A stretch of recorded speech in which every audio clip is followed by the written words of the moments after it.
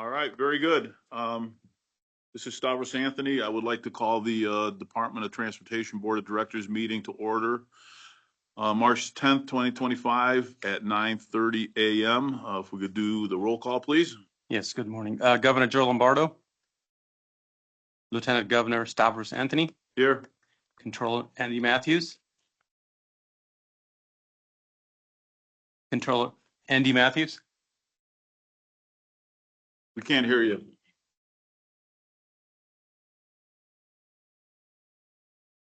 Nope, can't hear you. Sorry. Go ahead. We're checking out. Here? Now we can hear you. All right. Member Virginia Valentine. Here. Member Frank Lepre. Here. Member Justin Kalb. Here. And Member Gary Perea. Here. Lieutenant Governor, you have a quorum. Thank you. Please mark Governor Lombardo absent and excused. Agenda item 2, public comment. This is a time for public comment on an agenda item for today's meeting. There'll also be a second public comment at the end of today's meeting for anything else that anyone would like to bring up to the board of directors. So is there anyone here in this room that has public comment on an agenda item?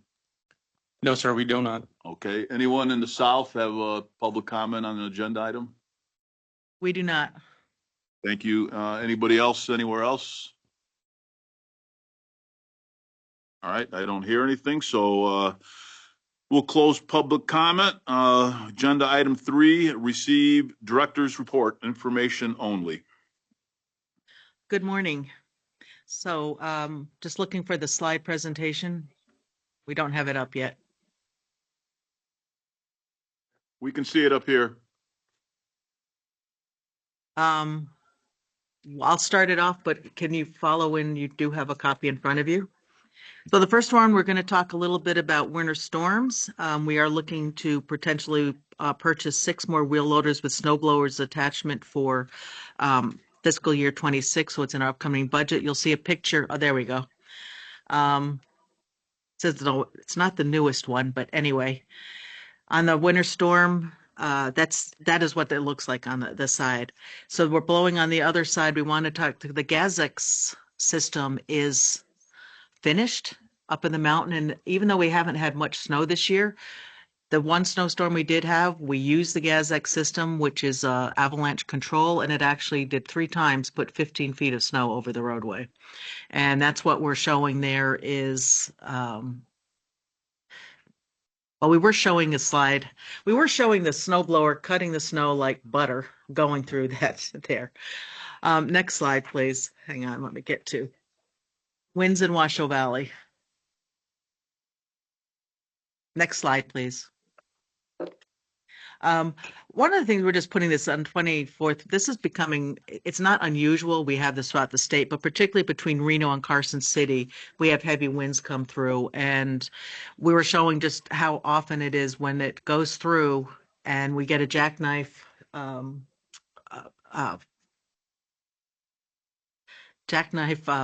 18-wheeler, and we had like 13 of them along the side. All of them were sighted. They if they make it through, they're not supposed to go through at all, but if they make it through, many of them end up on the shoulder. So it's a real issue of, one, not only slowing traffic, and it just happened that I was behind this one there.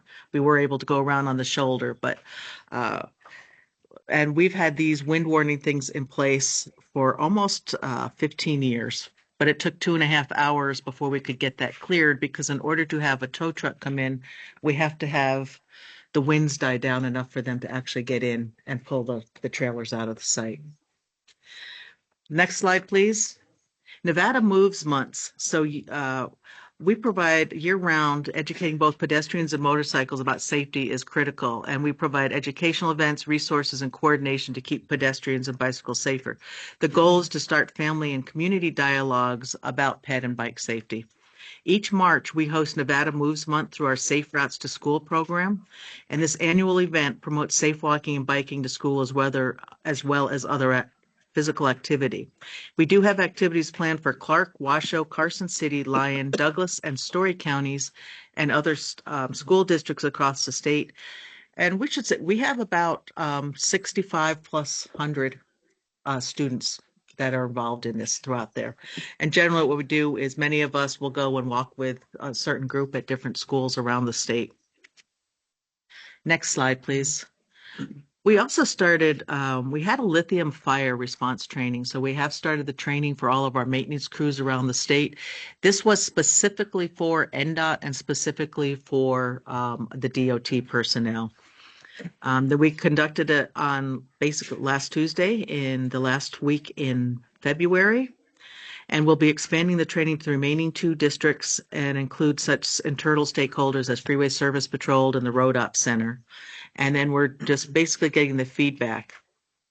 So the type of thing that included was identification of different lithium battery types and inspection guidelines for damage, proper disposal methods and response to malfunctions, overview of response actions expected from other agencies, such as the National Fire Protection Association, the Electric Vehicle Resource. And actually they have QR codes for that so that if our maintenance gentlemen, our guys and gals come up on an EV in an accident, there's a QR code for that make and model so they can know how to basically safely do it for that specific vehicle because they're not all the same. We are doing a lot more with the lithium. I'm working with the Department of Emergency Management. I did mention this at another board meeting. We are starting to look across the state lines to see how we can actually, along corridor management, how we can work together with the other agencies and really get comfortable. I want to say the word, it's an odd word to use, but as comfortable as we can with actually dealing with these type of incidences. Next slide. On the North Valley's Phase 2 widening project, we're hosting the public information. This is basically, it is from McCarran going up towards Stead Boulevard. And it includes widening US 395, adding merge lanes at freeway ramps and repaving the existing freeway. You can get, the public can get details online or in person. The online meeting is from March 17th to April 17th, and the in-person public meeting will be Tuesday, April 1st at the O'Brien Middle School with the formal presentation at 5:30. I want to give an update on federal grant status. This is kind of a high-level update, but as we still have some uncertainty over the federal funding coming through. We have a number of things have been, I want to say, reasonably secured. So the regular formula funds are secure, earmarks are secure, grants that were already obligated and moving are secure. The areas that while we feel pretty positive about some of them going through, there's still that uncertainty. And so when we're planning cash flow and the budget, I am figuring out like worst case scenario so that if we were planning on federal grants in that area, if we can't, how do we cover it with other fundings? For instance, Tropicana is one. If there were any change orders to Tropicana, we would be unsure of whether there would be federal participation in that. Brightline West, now the $3 billion, that's actually very positive. It is still very favorable project in Washington, D.C. We also know that they secured $2.5 billion in public activity bonds that closed. And that bond sale actually was oversold by about $1 billion. So there was a high interest rate. They have secured the right for another $2.5 billion, and they have $6 billion in venture capital. They're working with 11 different banks. So we are over our $12 billion mark. So it's very positive, and I have to admit a little sigh of feeling much more comfortable overall. Director, can I ask for a point of clarification? When you say a high interest rate, you mean a high interest in the bonds, or do you mean that you're paying a high rate of interest? No, I meant a high interest in the project. Thank you. Sorry, I can see how that could be misconstrued. No, it's actually with the public activity bonds, it's a very favorable rate for them. Then we are also looking at what's not obligated. So like we were just talking about the US 395 North Valley Phase 1, that infra grant, there's an $89 million grant in that one. We're watching that one very closely. Should there be any question about that grant money, we would have to delay the project. And then just kind of going through a couple of these others, like the corridor communications roadmap, that SMART grant. we're still moving forward, or that was actually for activities, digital infrastructure across the whole I-80 corridor. We do have a path forward on that, but we've just slowed down. It basically is each state is still just contributing. When I say contributing resources, we're contributing people, time. And then some of the other ones, like I said, we're just waiting to see how they come. We do have two pending applications, and that's a Verdi bridge replacement, and that's 136 million along I-80. At the time, each state was getting some of this bridge fund. We believe it's still coming, but it's not secure, so we're waiting to see how that goes. Again, if that doesn't come through, that would be deferred until such time we had the funding. So basically, it's just, we're really just telling you that we are looking very closely at all the grants. We're looking at what will be coming through, but we're planning as if we're making alternate plans if the funding does not come through, just to make sure that we have adequate cash flow to take care of business. And then actually, we reached to the end. So Sherry Sorrell, who is here in our audience, has worked a total of 24 years with the state of Nevada, 13 years with NDOT.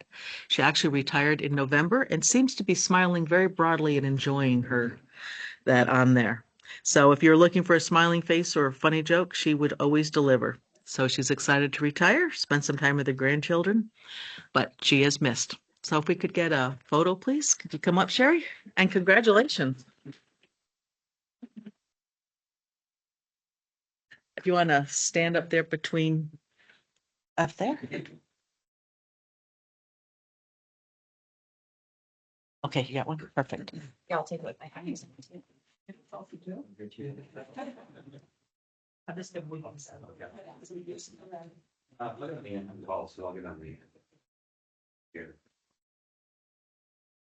Ready? Right, 1, 2, 3. Take one more. 1, 2, 3. Do you want to get in there, Tracy? Sure. I'm sure. Okay, 1, 2, 3. Thank you. And again, congratulations.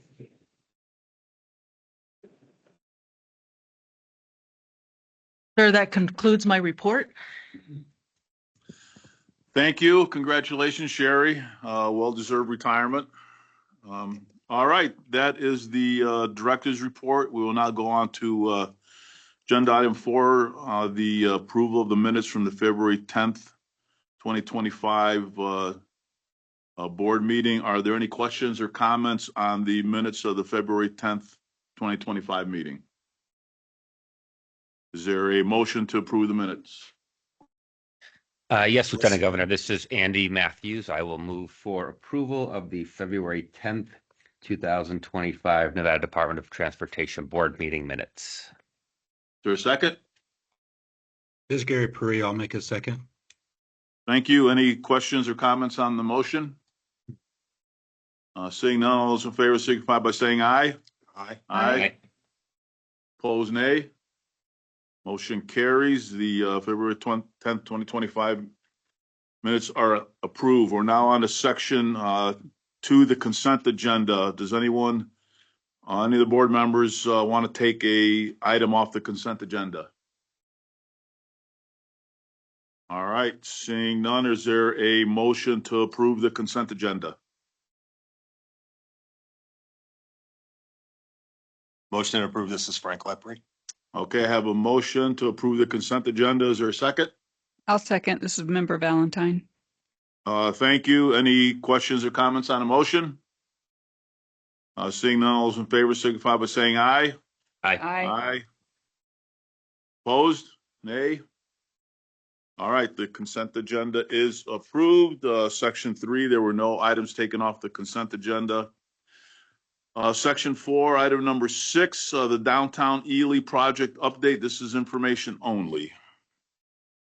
Sir, our principal roadway design engineer, Sean Patterson, will be delivering this project. It has started construction, but it'll give a overview of what's going on in Ely. All yours, Sean. Thank you. Thanks for this opportunity to present the. Can you talk into the microphone? You bet. Sorry. So thank you for the opportunity to present this project. This project is a multi-phase project that the first phase went out in about 2020.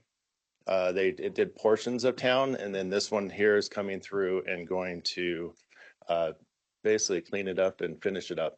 So here's a map. The orange, yellowish colors there was a phase one. That was contract 3824.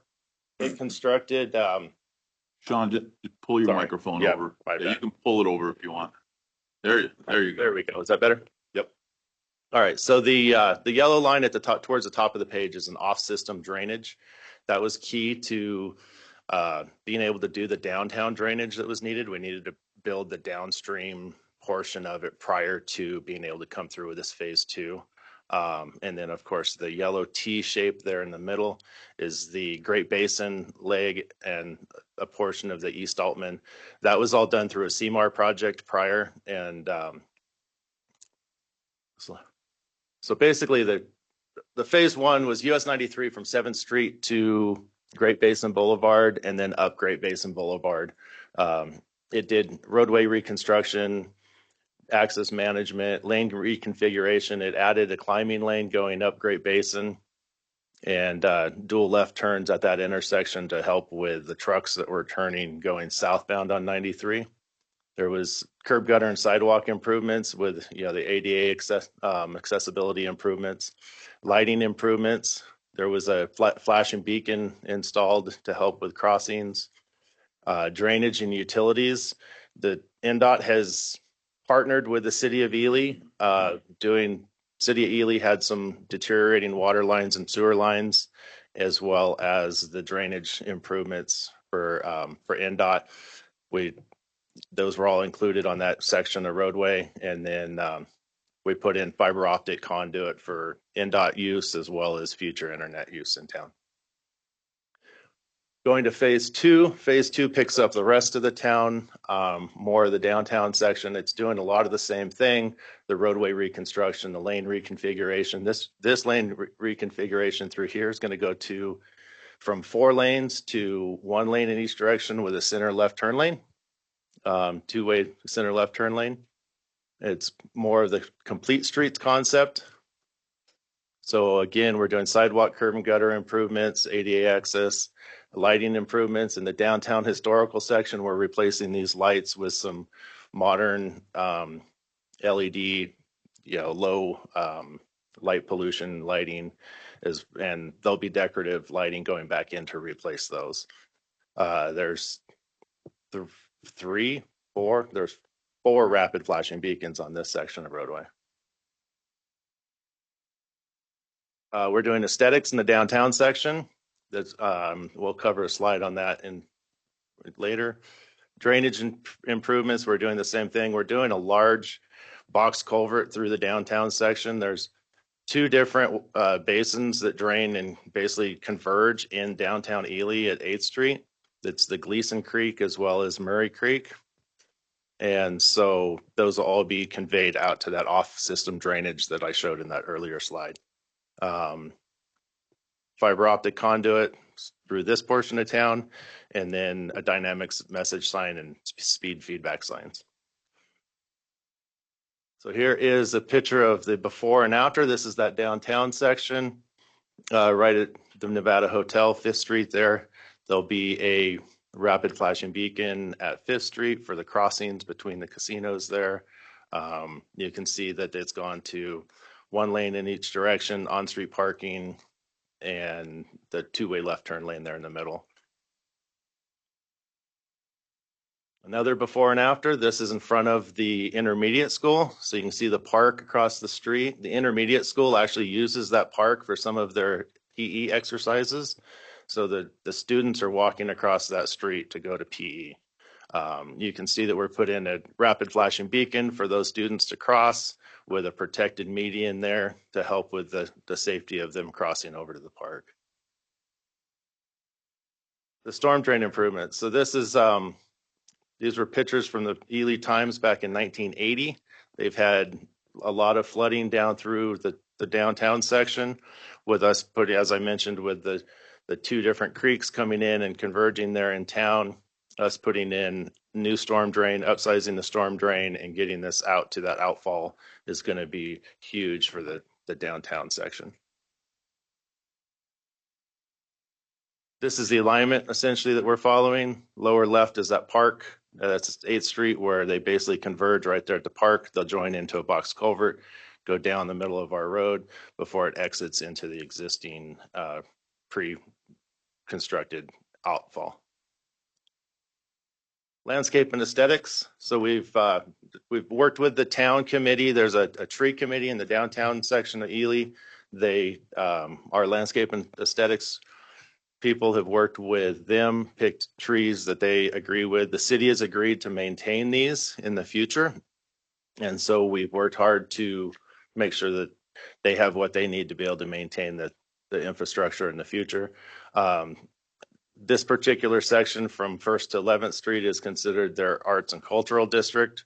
And so we are doing a lot of history of Ely. You can see these tiles down here in the lower left of the center picture are basically tile medallions expressing. There'll be a number of different ones that basically are representing the different culture throughout the town.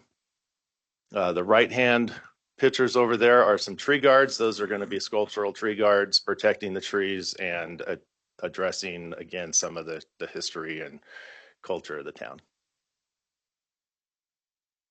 Sentinel signs. Ely's one that has 3 main gateway entrances into Ely, and so there'll be one of these at all 3 legs, representing the Lincoln Highway, the Northern Nevada Railroad, and the Bristlecone Pine. Business access and coordination. So these are a couple of special provisions that were put in our in the contract to address the business access and coordination. I'll just kind of run through them. Only one work zone per direction will be allowed unless otherwise approved. Maintain one lane open to public traffic at all times unless otherwise approved. Do not close more than 2 consecutive cross streets at one time unless otherwise approved. So that one basically is limiting them to working on 2 blocks in the downtown section at any given time. Restricted on-street parking will only be allowed within the limits of those consecutive cross-street closures unless otherwise approved. Perform the work requiring lane closures on Altman from 7th to 10th between the months of June and August. Unless otherwise approved, contact and coordinate with the White Pine County School District. So as far as the school closures. Contact and coordinate with storefront properties 10 days prior to any anticipated direct access impacts.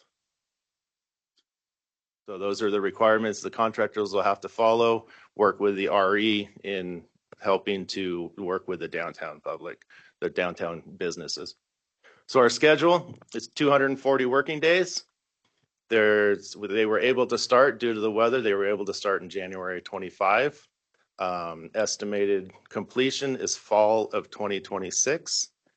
And the department is currently planning a project-related meet and greet in Ely on April 30th, 2025. More details will come. Thank you. Any questions? Any questions from the board? I did want to state, this is Tracy Larkin, Director, that we are working very closely with the Main Street Coalition there on working with making sure that information gets out to the public on each part. And I do have to apologize to all the board members down here. I gave them an older version of the presentation. So while they could follow along, it was not the same. But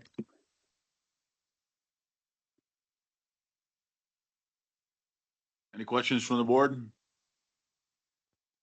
Yeah, I've spoken to some of the leaders in Ely. They're really excited about this project. Just the one thing they just want to mention, and you've mentioned in your slide, the kind of keep the disruption to the businesses along that corridor to a minimum because they still need to be open and operating. But it sounds like you're really paying attention to that. So I appreciate you doing that. we're trying that. And we do have, as Tracy mentioned, the Downtown Coalition has really stepped up. They're partnering with us as well and are trying to do a lot of coordination and schedule, public outreach on their part. And so we've had routine meetings with them, communicating. So you're actively in construction right now? We are actively, yes, January Okay. 25. Okay, We great. started construction. Thank you. Yep. Any other questions or comments from the board? All right, very good. Thank you for that presentation. Item number 7, I-15 South Corridor information only. Sir, this will be presented by Danya Petro, who is our Assistant Chief Project Management here in Southern Nevada. So she'll be presenting from Southern Nevada. Very good. Can you guys hear me? We can hear you up here. Okay. Good morning, Lieutenant Governor, members of the board, Director Larkin. Thank you for giving me this opportunity today to talk about the projects along the I-15 South, how we are currently coordinating our concurrent efforts with our other projects and addressing the challenges. Next slide, please. Or the first slide. Okay, perfect. Sorry, I can't see there.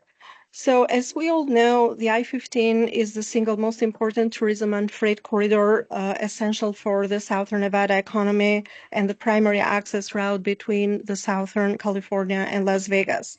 Therefore, it is critical for the department to take strategic actions and proactive measures to maintain acceptable operations in the corridor. The map that you see in the screen shows what we call I-15 South, which extends from State Line to Tropicana Interchange. The corridor is separated into 2 major sections. The first section is from Sloan Road to Tropicana Interchange, and it's part of the I-15 South major corridor project. And the second section is from State Line to Sloan, and it's being studied under the I-15 South feasibility study. Next slide, please. Here on the screen are shown the improvements recommended for the first section of the I-15 South corridor from Sloan to Tropicana Interchange. These are part or are covered under the I-15 South environmental assessment documents.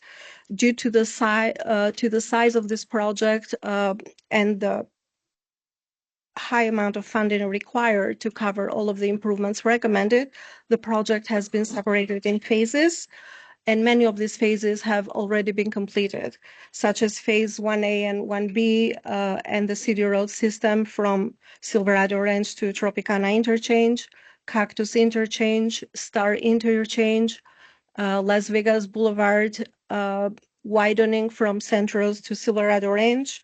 All of these phases are completed.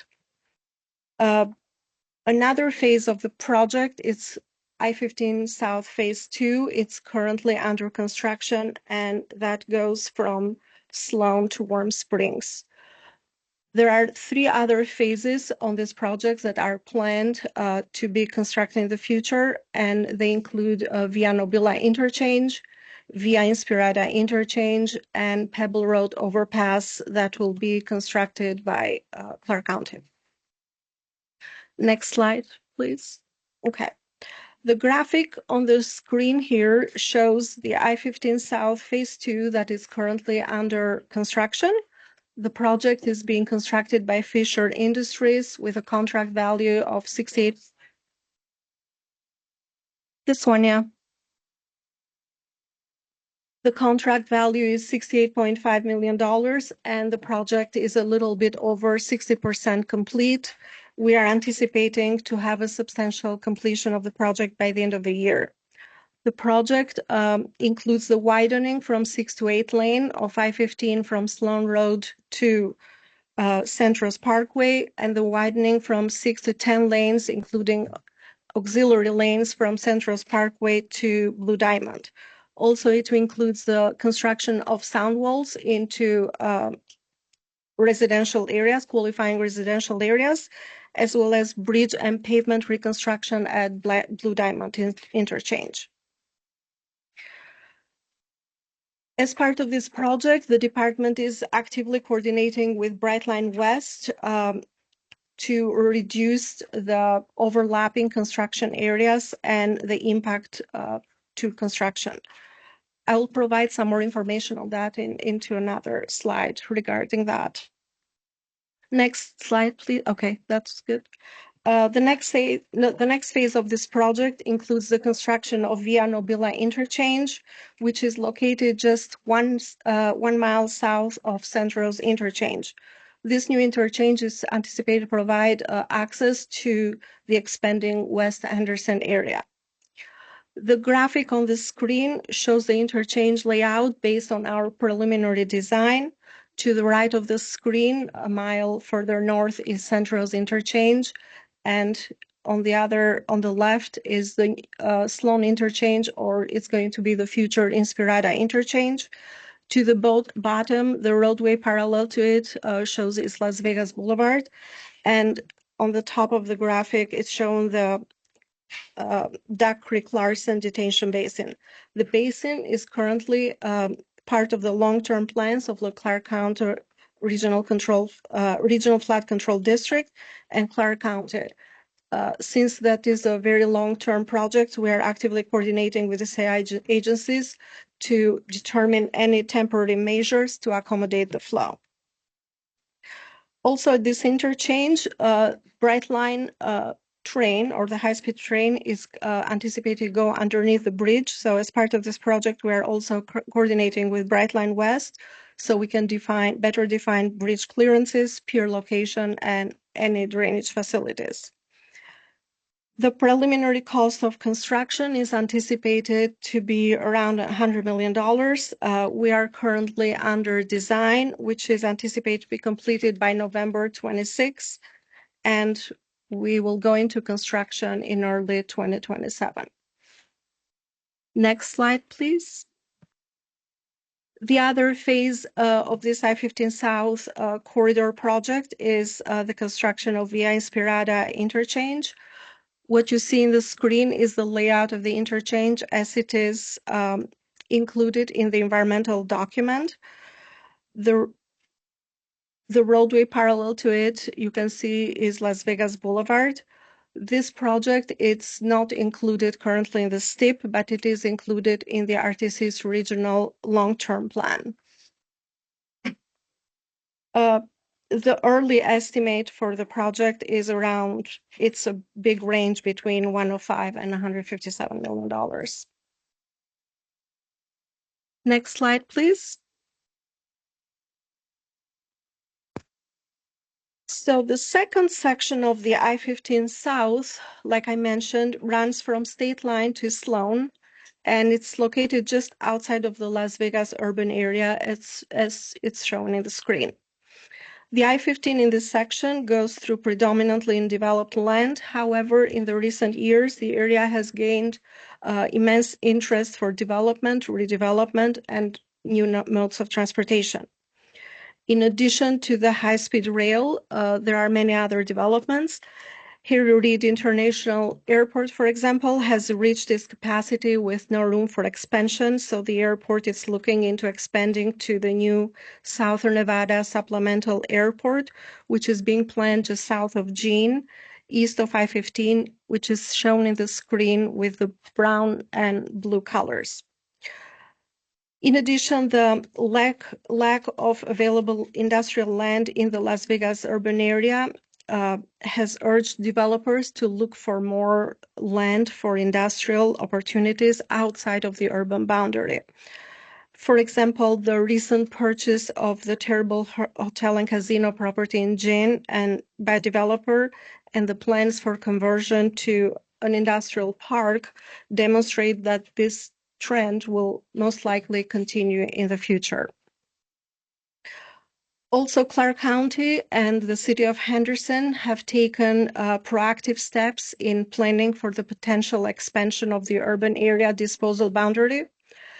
A potential approval of the land bill may trigger development outside of the urban boundary. The area shown in red is a planned area based on the joint land use study, which we'll discuss more into another slide.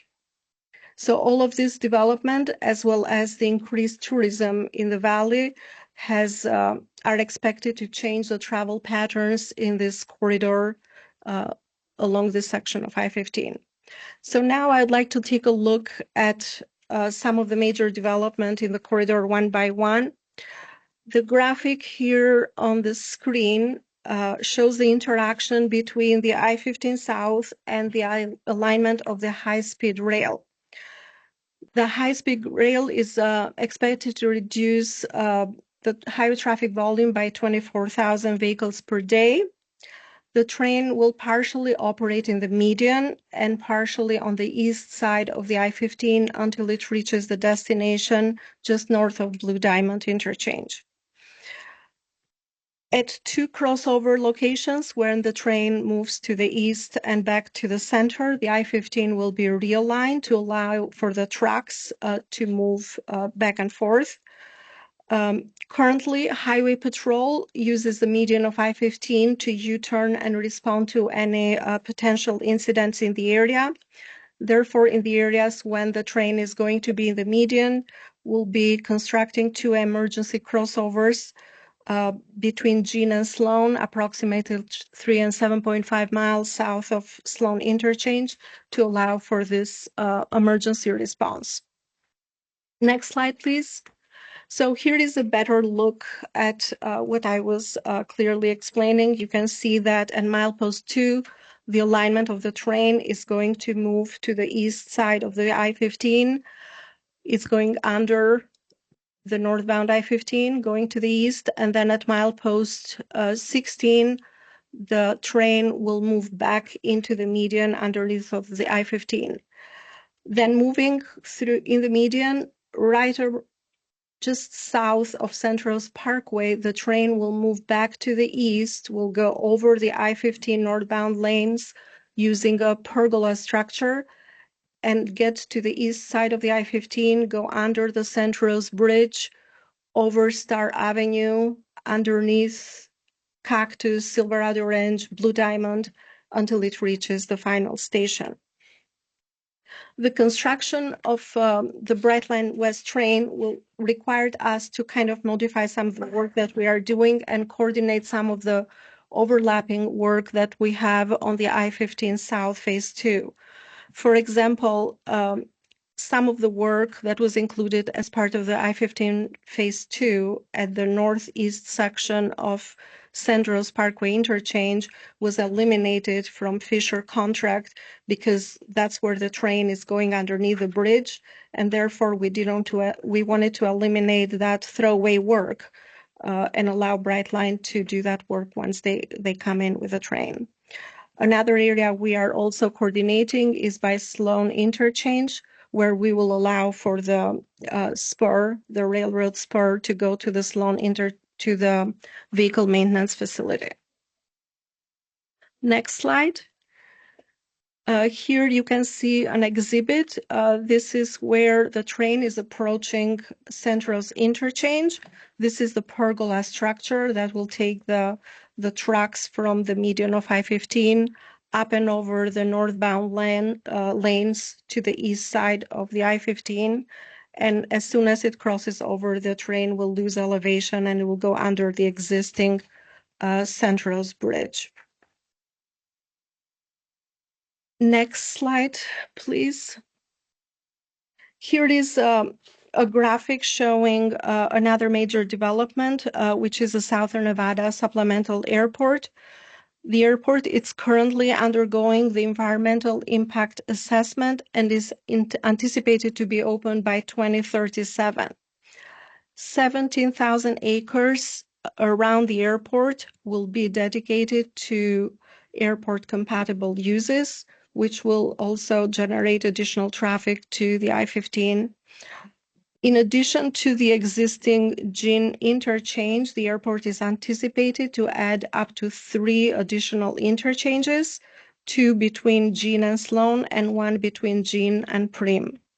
Once the NEPA is completed, we would have more information on the type of the operations that this airport is going to serve, like commercial flight, long haul, or freight, which will give us a better idea what would be the exact impact of traffic on I-15 due to this type of operation. Next slide, please. Here is a graphic that is showing the land use map that has been developed by Clark County and City of Henderson as part of the joint land use study in case the Clark County Land Bill expands the federal disposal boundary. The areas in purple show the expansion of the industrial areas. Yellow is residential. The orange brownish color is mixed use, and the red is retail and hospitality. The study covers approximately 31,000 acres between Sloan and Jean, and this area is expected to generate approximately 140,000 vehicles per day, which will significantly impact the capacity of I-15 if the disposal boundary is extended. This growth is expected to exceed the potential reasonable capacity of I-15, which will trigger the need for additional local roadway network alternatives. Next slide, please. So in conclusion, to proactively plan for these changes in both land use and the transportation system along this section of I-15, the department has initiated an engineering feasibility study that would help us make strategic investment decisions with the goal of improving the access and operation and providing safe and reliable travel along this section of I-15. This study will serve us as a blueprint on how to accommodate current and future needs and will allow us to identify any potential trigger points and timeline for I-15 improvements in the future on this section of I-15. And with that, thank you. All right, thank you for the presentation. Any questions from the board?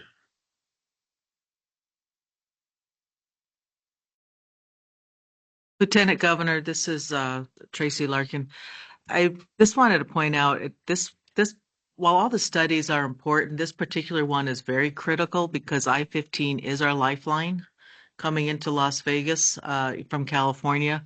So the work here is really working very closely with all the stakeholders ahead of time to make sure that we access I-15 appropriately and protect it as much as possible.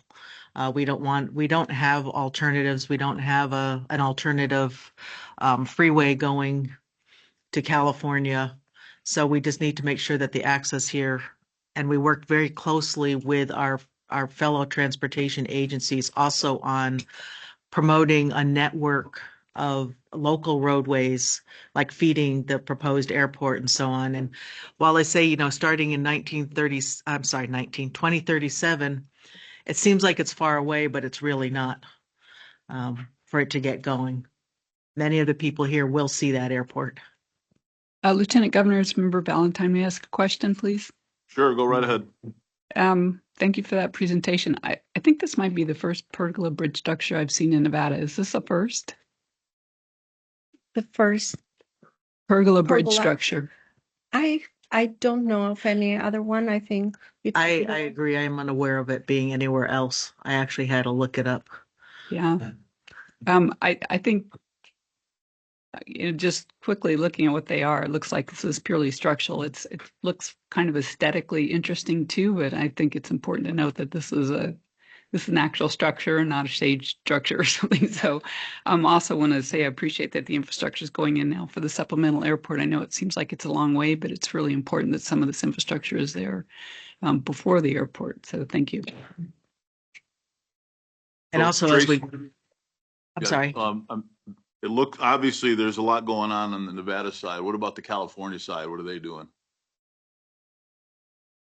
They're talking to us. Okay. Well, I hope California is going to catch up with us because they need to obviously do their part. Because I-15 is a really important corridor. So, all right. Any other questions or comments from the board? All right. Thank you. That's great information. All right, agenda item 8, contracts, agreements, and settlements. Any questions or comments about that agenda item? All right, seeing none, we do not have an executive session. Is that correct? Lieutenant Governor, we do not have an executive session, but also since we have not had an executive session in the last 2 years, we are going to be removing this from the agenda unless we specifically have one. Okay, that makes sense. Very good. All right, public comment. This is a time for public comment from anybody wanting to address the Board of Transportation. You'll have 3 minutes to complete your public comment. So anybody in Las Vegas, anyone there have any public comment? No, sir. Anybody in this room? Yes, sir. We have one member signed up for public comment. All right, come on up here and state your name, and you have 3 minutes, please. For the record, Beth Wallace, Zephyr Cove. Good morning. I would like to address once again the issue of the Highway 50 East Shore Corridor Management Plan. I, along with many of your constituents, have been here before regarding the threat of lane reduction on Highway 50. Over a year ago, Governor Lombardo addressed the issue and indicated there would be no lane reduction. On February 27th, 2024, I attended a public meeting in Zephyr Cove where NDOT presented a draft plan for the corridor.